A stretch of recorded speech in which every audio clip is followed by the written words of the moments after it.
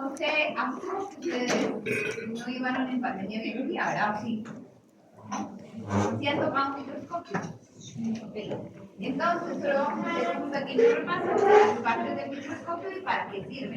Ya en el laboratorio, ustedes van a tener un microscopio para utilizar y de todas formas ahí hacemos un repaso pues, ya con el microscopio en vivo. Entonces, como sí se lo saben, vamos a ver entonces, el número 1, ¿cómo se llama esta estructura? Revólver. ¿Cómo se llaman estos? Objetivos, acá. ¿Qué? La platina. Acá abajo. El diafragma y arriba el 4 que no tiene número. Condensador. Acá abajo. La fuente de luz. 7. Los oculares. 8. Brazo 9. Macro y el 10. Micro y la base. Entonces sí se dan. Ok, entonces aquí están ya las respuestas. Acá abajo les puse porque esta parte del condensador y el diafragma no siempre la logran entender. Y entonces es esta que ustedes ven acá. El diafragma está debajo del condensador. Y ahorita vamos a ver para qué sirve cada una de estas partes.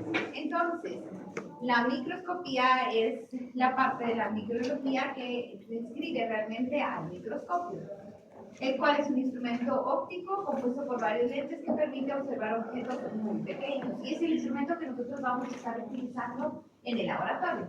Básicamente está integrado con 3 sistemas, un sistema mecánico, un sistema de iluminación y finalmente un sistema óptico. Entonces, en cuanto al sistema mecánico, está compuesto por todas las partes del microscopio en el cual no va a intervenir de ninguna forma la parte de la formación de la imagen ni el camino de la luz. Es prácticamente toda la estructura que nos da un soporte. Entonces está compuesto por la base y la platina, que ya las vimos acá, está la base o el pie y la platina. Algo importante en cuanto a la platina es que es la parte que nos permite colocar el objeto a observar, ¿verdad? La platina tiene un movimiento perpendicular que permite que la platina se mueva hacia adelante o hacia los lados. Luego está el revólver que ustedes lo vieron acá y que efectivamente el revólver permite entonces tener sujetos los objetivos y que nosotros podamos cambiar cada objetivo para las distintas resoluciones que se van a necesitar. Luego está el brazo, que es importante que cuando ustedes muevan un microscopio de lugar, tomen por la parte del brazo y la base el microscopio, porque a veces pesan y para evitar que este vaya a caerse, ¿verdad?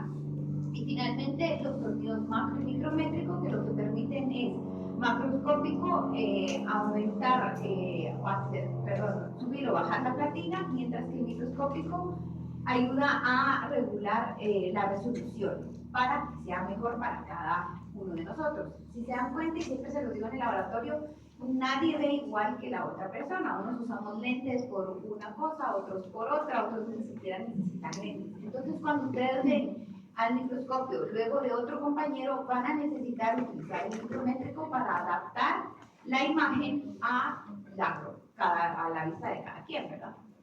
Luego está el sistema de iluminación, y este sistema de iluminación está compuesto por el diafragma y el condensador, que ayudan a colectar la luz, a dosificarla y a dirigirla. Entonces vean acá, está el diafragma, la fuente de luz y el diafragma. Entonces la luz llega directamente al diafragma. El diafragma se puede abrir o cerrar dependiendo de la cantidad de luz que nosotros necesitemos. Entonces el diafragma lo que hace es regular la cantidad de luz. Luego, si se dan cuenta, la forma del condensador es un poco cónica. Entonces el condensador, como su nombre lo dice, va a condensar esos rayos de luz que vienen amplios, por así decirlo. Esos rayos de luz que están divergentes los vuelve convergentes para que lleguen en un punto hacia el objeto que nosotros queremos ver. Entonces, eso es lo que hacen el diafragma y el condensador. Por eso es que están en la parte del sistema de iluminación, porque ayudan a dirigir la luz hacia el objeto que queremos observar. Y finalmente está el sistema óptico formado por los objetivos y los oculares. Entonces, en cuanto a los objetivos ayudan a ampliar la imagen en cuanto a su resolución para que podamos verla bien. Entonces, para todos, los objetivos secos, ¿se recuerdan cuáles son? 40 por 10 por y 4 por. Entonces, ¿cómo se llaman cada uno de estos? 4, ¿cómo le llamamos? Panorámico.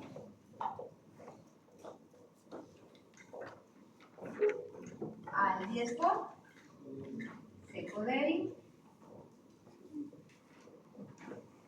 Y al 40 seco fuerte. Y luego tenemos el objetivo de inmersión. Este es el de ¿qué medida? 100 por.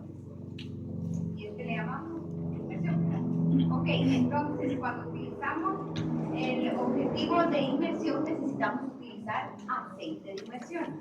Esto para evitar que haya alguna interferencia entre el objeto observado y la lente.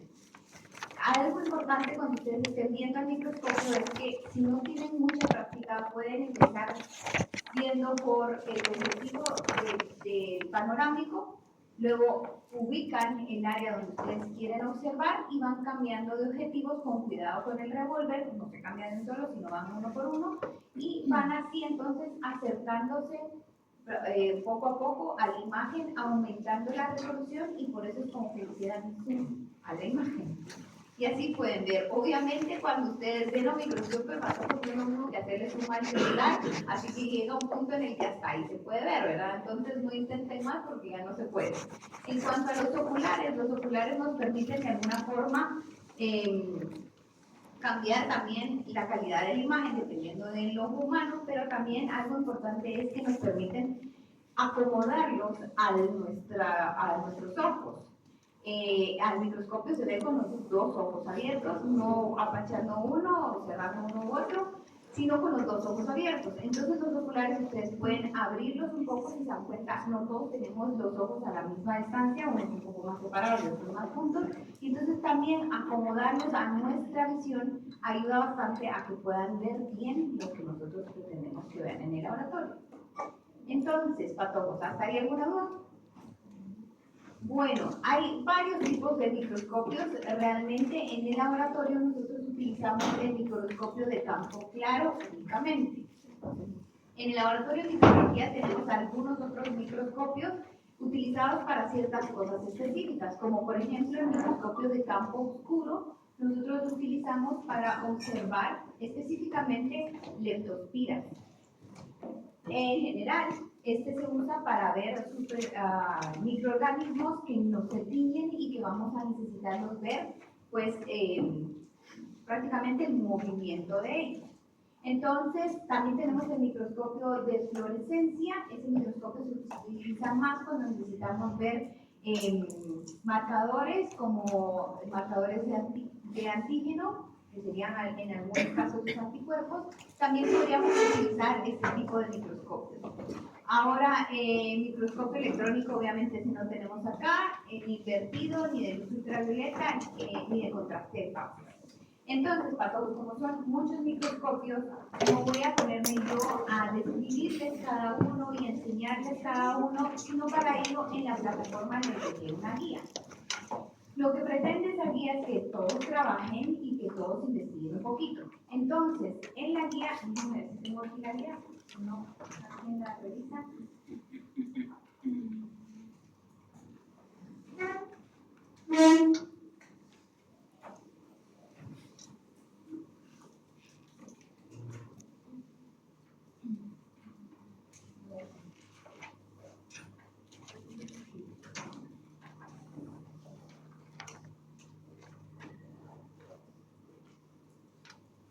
En la parte de evolución está la guía. Entonces la guía va a ser hacer un juego de memoria. Todos saben jugar memoria, ¿verdad, todos? porque a veces me encuentro con que ya lo que iba ya no lo hacen. Sí, ¿verdad? Todos entienden que es un juego de memoria. Ok. Podría dejarlo digital, pero sé que va a ser copy-paste y eso no me va a funcionar. Entonces, necesito que ustedes, leyendo el capítulo 7 del libro de Stanchi, que está en la plataforma, y el capítulo 2 de Brock, investiguen estos 7 tipos de microscopios. Entonces, ¿qué es lo que van a hacer? Van a hacer un juego de memoria formado por tarjetas. Esto es pares de tarjetas, ¿verdad? Entonces, en un par va a ir el nombre y la fotografía o la imagen del microscopio y en otro va a ir su descripción. En la descripción necesito que pongan lo más importante de ese tipo de microscopio y una de esas cosas va a ser para qué se usan. Algunos microscopios se pueden utilizar, como les mencionaba, de campo oscuro cuando el microorganismo está vivo y no se puede teñir.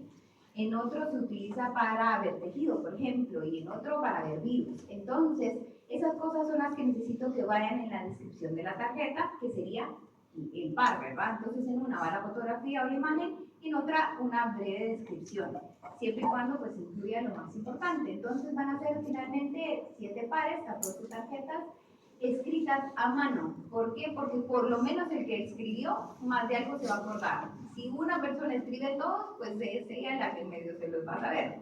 Entonces sí necesito que lo escriban a mano, por eso tienen que resumirlo, si no van a escribir un montón, y que el tamaño no pase de más de media carta, o sea, no van a tener una cartulina por cada microscopio. Un tamaño aceptable, media carta, un cuarto de carta, está bien. Y que todas tengan un tamaño parejo, ¿verdad? Que no me van a tener de diferentes. ¿Qué más? Cada una debe de tener el nombre del microscopio, una imagen clara y representativa y el par, pues una descripción que incluye sus características y utilidades. Pueden utilizar su creatividad, yo ahí no les pongo muchas normas, solo que sí esté clara la información, ¿verdad? Y es el coordinador quien va a entregar el juego de las tarjetas. Importante para todos, no se les olvide poner en algún lado su nombre y números de carnet de los del grupo. Y se entrega el jueves 22 de enero en horario de clase. Entonces acá me entregan todas sus tareas y ese mismo día vamos a tener examen corto de lo que veamos, lo que vimos ayer y lo que veamos hoy. Entonces para el jueves tienen tarea y tienen examen corto. ¿Sí? Sí. Como todavía no tengo un número definido, van a ser ahorita de momento grupos de 5 por afinidad. Y Leslie en un momento me confirma si puede ser de más personas, ¿verdad? Pero no menos de 5 patojos. Con nosotras, pues la cantidad de estudiantes es un montón, y no solo con ustedes, sino en ninguno en Zootecnia. Entonces no permitimos que varíen, que uno se quede de 3 y otro de 8. Si hay así, nosotras dividimos y arreglamos los grupos para que todos queden del mismo número. Leslie, no sé si ya les puso en la plataforma el Drive para que ustedes solitos se vayan anotando conforme sus grupos, ahí ponen nombre y número de carnet. Siempre les hago la salvedad, aunque últimamente no ha pasado nada de esto, pero les pido por favor, no modifiquen el grupo de nadie más. Ustedes mismos saben que en el Drive nosotros podemos ver si alguien hizo algún cambio, ¿verdad? Entonces, no modifiquen los nombres, ni los números de carnet de nadie, ni los grupos de nadie, y mucho menos poner groserías o apodos ahí, por favor. Siempre con el respeto que todos se merecen y nosotras también. Entonces, eso sería todo por esta clase de evolución e historia de la microbiología. ¿Hasta aquí alguna duda o con la tarea alguna duda? ¿No? Entonces, patojos, vamos a ver hoy la clase de taxonomía y nomenclatura.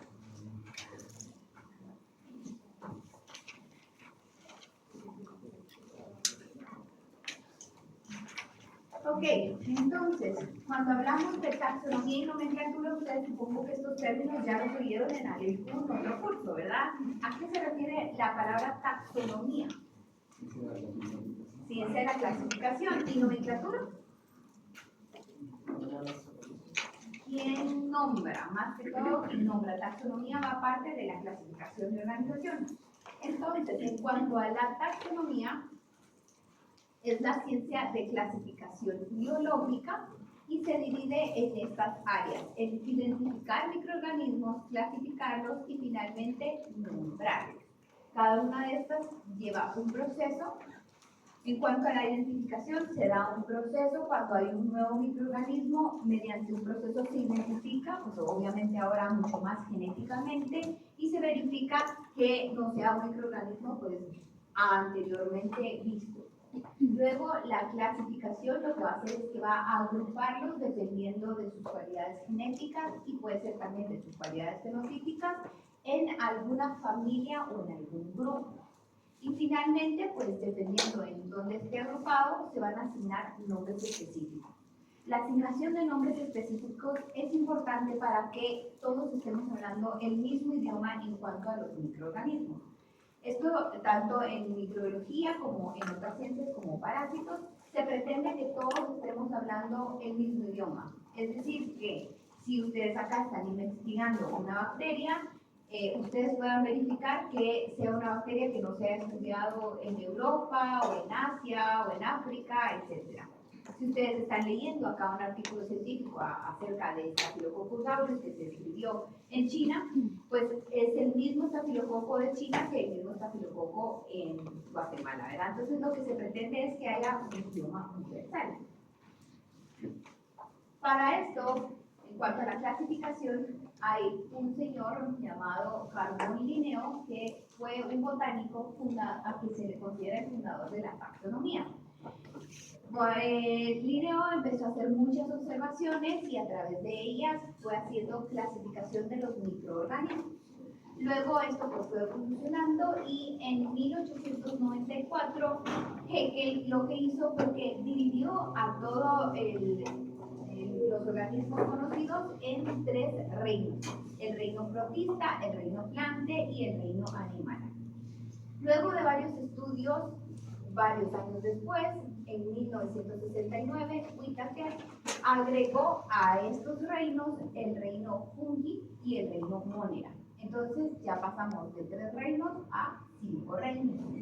Unos años más tarde, Huss empezó a estudiar y se dio cuenta que el reino monera tenía algunas diferencias y lo dividió entonces en eubacteria y arqueobacteria, teniendo ahora 6 reinos.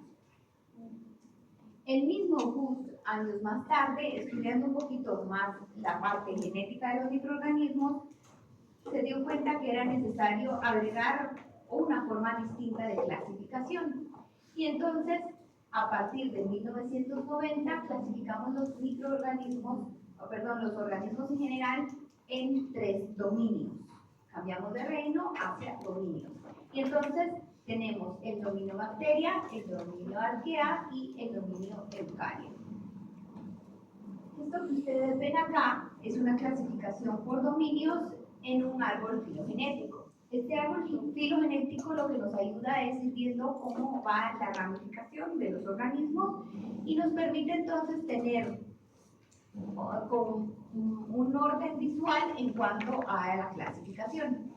Entonces, dentro del dominio bacteria tenemos todos estos microorganismos que en algunos casos pues, van a ir reconociendo ustedes como bacterias gram positivo, espiroquetas, las filamentosas, protobacterias, etc.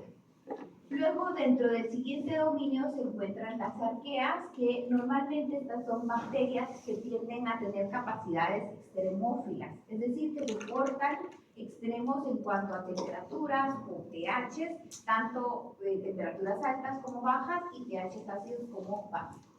Entonces aquí tenemos también a las halófilas, a las metanosacinas, etcétera, etcétera. Esto realmente nosotros no entramos en detalle, sino que nos vamos a centrar en el dominio bacteria como tal. Aunque van a ver que tanto bacterias como arqueas tienen muchas similitudes. Y luego finalmente está el dominio eucaria. Y acá vamos a encontrar reinos muy conocidos como el animal, fungi, planta, entre otros.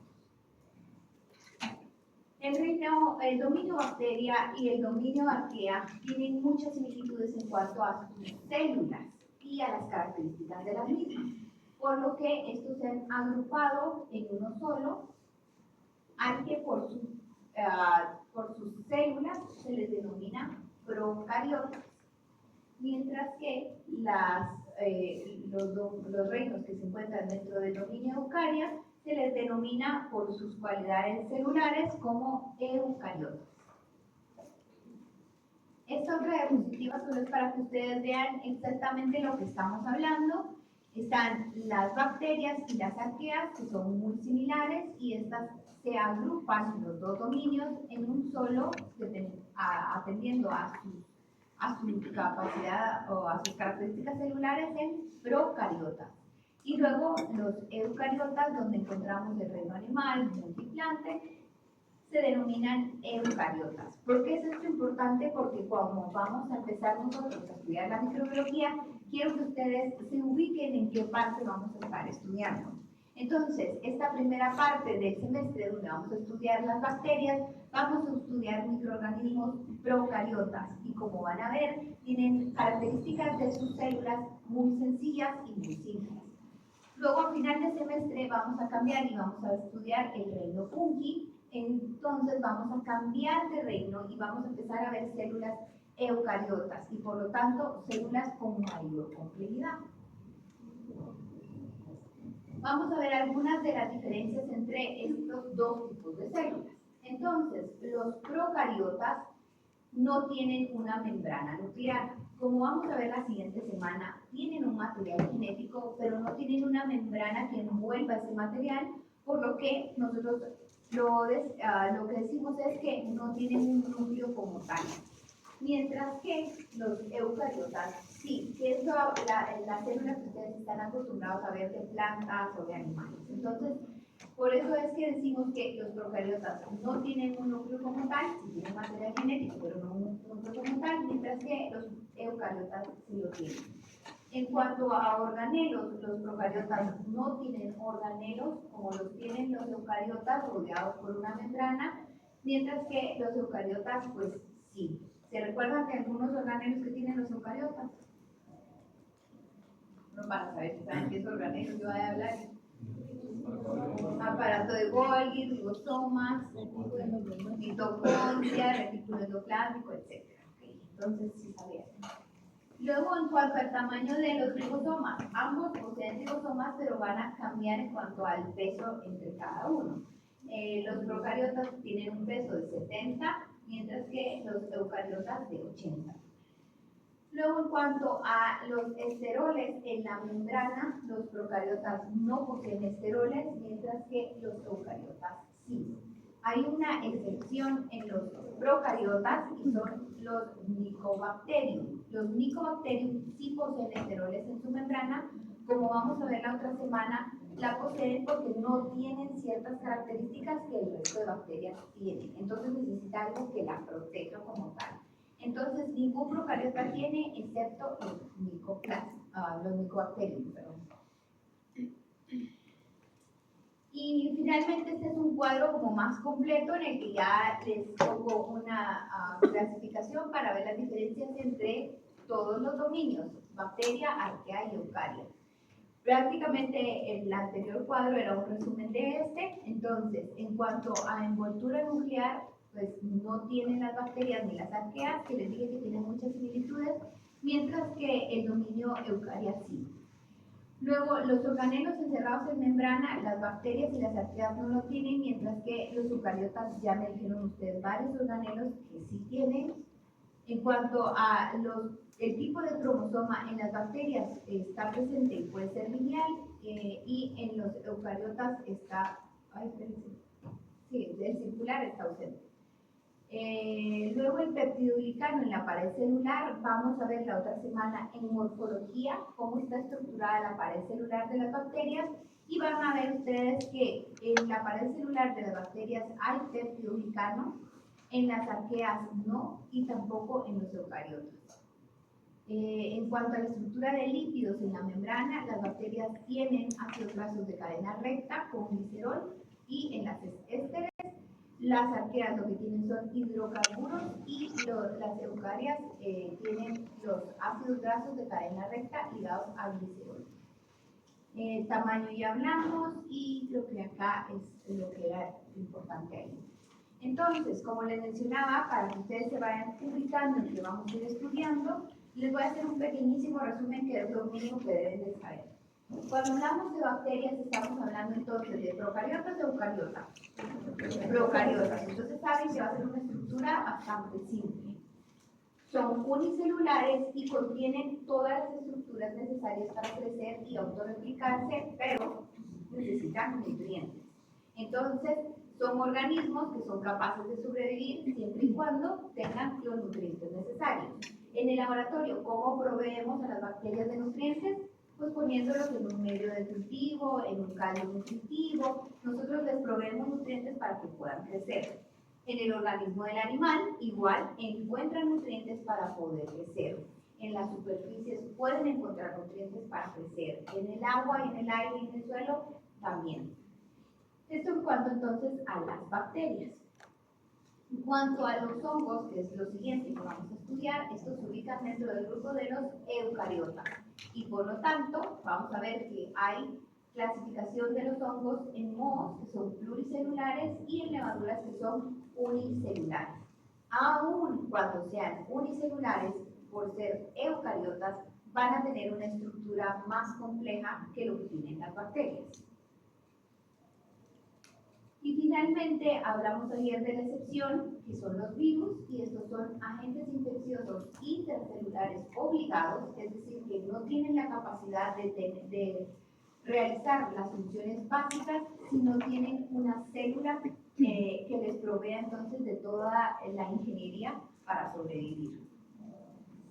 Solo tienen un ácido nucleico, ya sea ADN o ARN, no van a tener ambos, y están recubiertos por una cápside. Ustedes ya vieron suficiente en COVID de cómo es la estructura del virus, y esto que ustedes ven alrededor pues es una cubierta proteica a la que se le denomina cápside. Esto protege el material genético del virus. ¿Hasta ahí vamos bien, Paco? Ok, entonces, en cuanto a la taxonomía bacteriana, hay dos formas que esta va a clasificar a los microorganismos. Puede clasificar a los microorganismos atendiendo a sus propiedades fenotípicas. ¿Qué entienden ustedes por cualidades fenotípicas? En cómo se ve. Entonces, o algunas otras características observables, ¿verdad? Mientras que cuando hablamos del otro tipo de clasificación, que es la clasificación filogenética, esta se basa en la relación genética como tal. Entonces esto ya incluye un estudio del material genético de los microorganismos. Entonces se puede dividir o se puede clasificar a las bacterias dependiendo de estas dos formas de clasificación. Una clasificación fenotípica y una clasificación filogenética. ¿Cómo se clasifican las bacterias en la forma, atendiendo a la clasificación fenotípica? Se puede clasificar atendiendo, por ejemplo, a sus características en cuanto a la pared celular. Vamos a ver la otra semana que pueden variar las bacterias en su conformación en relación a la pared celular, y así entonces vamos a tener básicamente tres grupos bacterianos: bacterias gram negativas, bacterias gram positivas y las bacterias que no tienen pared celular, entre ellas los micoplásmicos. Esto entonces es atendiendo a características fenotípicas. Otra forma a la que se puede atender en cuanto a las características fenotípicas de las bacterias es cómo reaccionan a la coloración de Gram, y aquí dividiríamos las bacterias en bacterias Gram positivo y bacterias Gram negativo. Algo más que podemos tomar en cuenta para la clasificación fenotípica es el requerimiento de oxígeno de cada microorganismo, dividiendo entonces así las bacterias en bacterias aerobias, bacterias anaerobias y bacterias microaerobias. También podemos clasificar fenotípicamente a los microorganismos atendiendo a su capacidad de formar o no esporas. Entonces vamos a tener bacterias formadoras de esporas y bacterias que no tienen capacidad de formar esporas. Y también podemos clasificar fenotípicamente a las bacterias por su patrón metabólico, es decir, por cómo se comportan metabológicamente. Eso puede ser por enzimas también, y un ejemplo es si fermentan o no azúcares.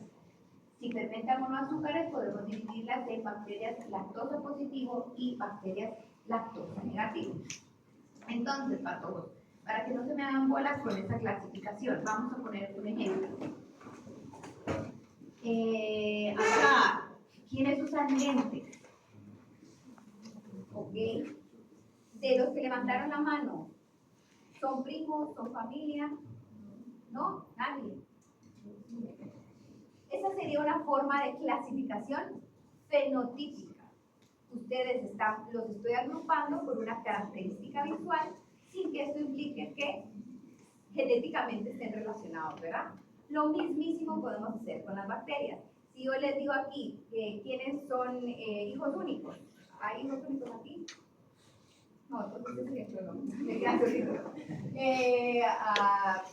No creo que aquí hayan papás. ¿Alguien es papá aquí? Tampoco. O ya casi.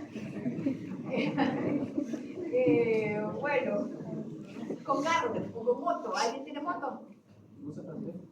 Ya. Ok, acá tenemos otro grupo que podríamos, por características fenotípicas, agruparlos sin que, creo yo, que sean algo, ¿verdad? Familiares, digamos. Entonces, esta sería una forma de clasificación fenotípica, es decir, que lo mismo que yo hice aquí con ustedes, clasificarlos por algunas características visuales, podemos hacer con las bacterias. Y en referencia a eso podemos hacerlo por sus características en cuanto a la pared, sus características metabólicas, sus características en cuanto a los requerimientos de oxígeno o su capacidad de formar o no esporas. Entonces, básicamente estas son las formas en las que podemos clasificar a las bacterias. Y hago énfasis en esto porque muchas veces en el laboratorio clasificamos así las bacterias nosotros. Las clasificamos, por ejemplo, en enterobacterias y nos estamos refiriendo a su clasificación fenotípica en su cualidad de que pueden sobrevivir en un ambiente del tracto gastrointestinal. Pero no significa que todas sean genéticamente iguales. ¿Esto quedó más claro ahí para todos? ¿Sí? Entonces, vamos a ver que también se puede clasificar, como habíamos dicho anteriormente, utilizando una clasificación filogenética, y esta sí va a atender a características genéticas, es decir, sí va a poner la atención en el material genético de cada uno de los microorganismos. Atendiendo entonces a este tipo de clasificación, vamos a tener niveles o rangos en cómo se clasifican las bacterias. Entonces, tenemos para su clasificación, yo creo que esto ya lo han visto ustedes en biología también, se clasifica en dominio, reino y va agrupándose a sí mismos. Entonces, un grupo de cepas forman especies, un grupo de especies forma género, grupos de géneros forman familias, grupos de familias forman órdenes y así sucesivamente hasta llegar al dominio. El grupo taxonómico básico para microbiología es la especie.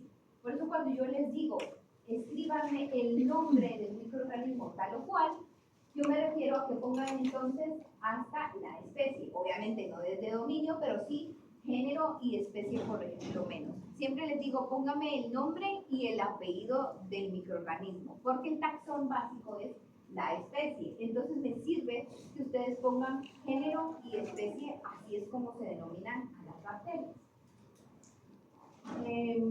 Este tipo de nomenclatura se le llama un sistema binomial, y es cuando nosotros escribimos entonces el nombre del microorganismo formado por dos partes, por el género y el epíteto específico. ¿A qué me refiero por epíteto específico? A el nivel específico al cual nos estamos refiriendo.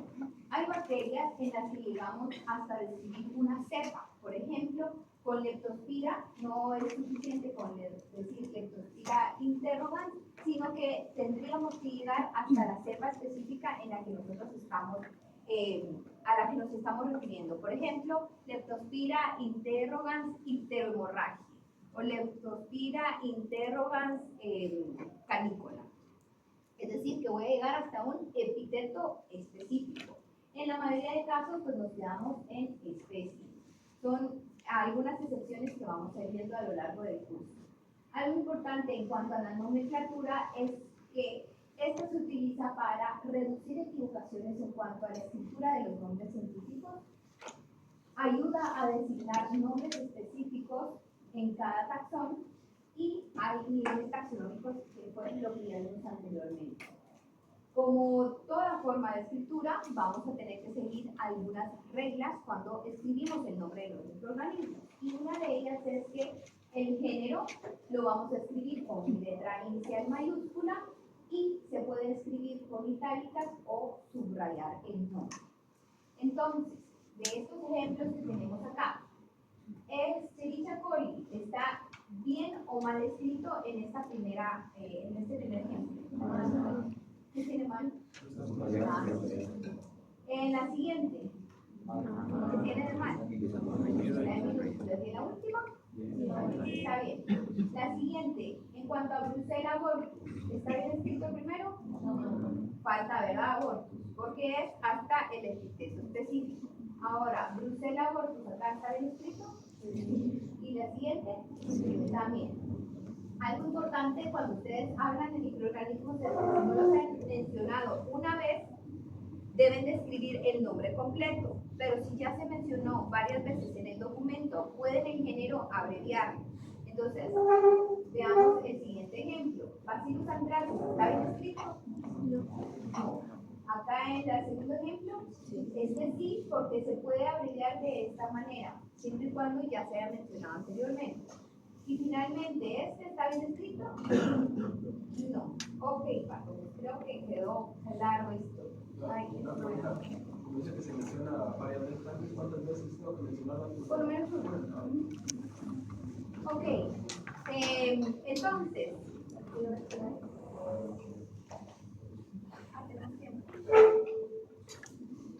vamos a ver si logro hacer este paso.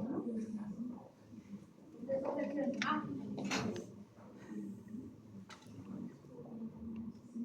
déjenme porque si no van a ver ahí la respuesta.